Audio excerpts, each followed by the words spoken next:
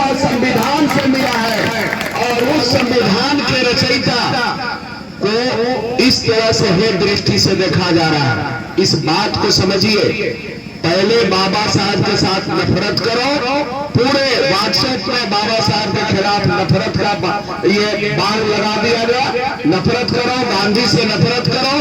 ये बाबा साहब और गांधी के खिलाफ जो मुहिम चलाने वाले लोग हैं वो क्या चाहते हैं? वो ये चाहते हैं कि यहाँ बाबा साहब के संविधान लागू न रहे, उस संविधान को हटा दिया जाए।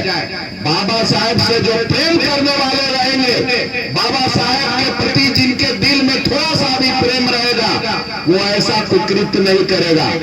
इसलिए ऐसा जो कर रहा है वो समझ लीजिए कि आपको संविधान को नहीं मानने वाला है। और आज संविधान की धज्जियां उड़ाई जा रही है। संसद में आपने देखा किस तरह से संविधान की धज्जियां उड़ा दी गई। प्रियम्बल से दो शब्द हटा दिए गए, समाजवादी और धर्मनिरपेक्षता।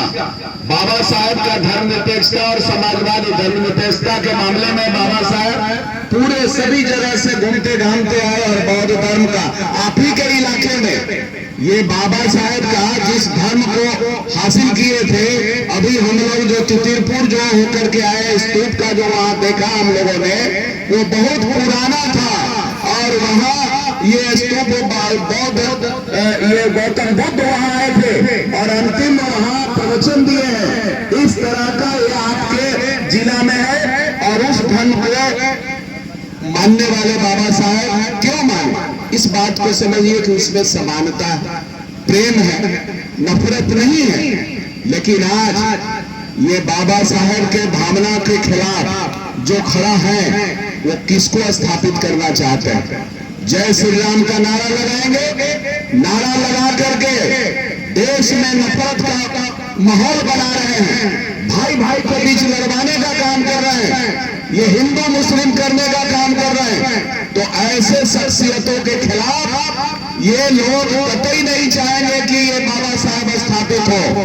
और हम लोगों को जिस संविधान ने हम लोगों को वोट देने का अधिकार दिया, खटिया पर बैठने का अधिकार दिया, बराबरी का अधिकार दिया, उस संविधान के रचयिता बाबा साहब के आदम कदम स्मारक बनाने के लिए यदि जन सहयोग से अभी तक देख लीजिएगा कि भगत सिंह का जहां कहीं भी मूर्ति बना है, ये शासक वर्गों के द्वारा जो सत्ता में बैठे हुए लोग रहे हैं उनके द्वारा कतई नहीं बनाया गया है, जनता के द्वारा ही बनाए गए हैं। तो अभी जनता के पक्ष में, जनता के अधिकारों के लिए जो हमारे महापुरुष है लड़ते रहे, स्थापित किए, उनका भी मूर्ति अब आज की तारीख में आप जान लीजिए कि आप ही को बनाने की जरूरत है, आप ही को स्थापित करने की जरूरत है। और 5 नवंबर को आप लोगों ने जो तय किया है, उस 5 नवंबर को जन सहयोग से ये बाबा साहब के आदम कद मूर्ति को बनाने में आप लोग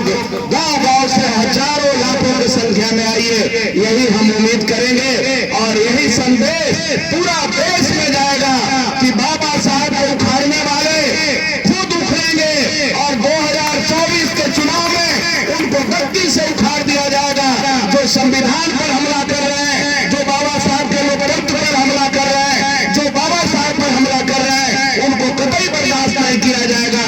ये 5 नवंबर को आप लोग संदेश केवल ये सिवान का संदेश नहीं रहेगा, मैं समझता हूं कि वो संदेश पूरे देश का संदेश हो जाएगा और देश में ये नजीर पेश करेगा। यही उम्मीद के साथ फिर आप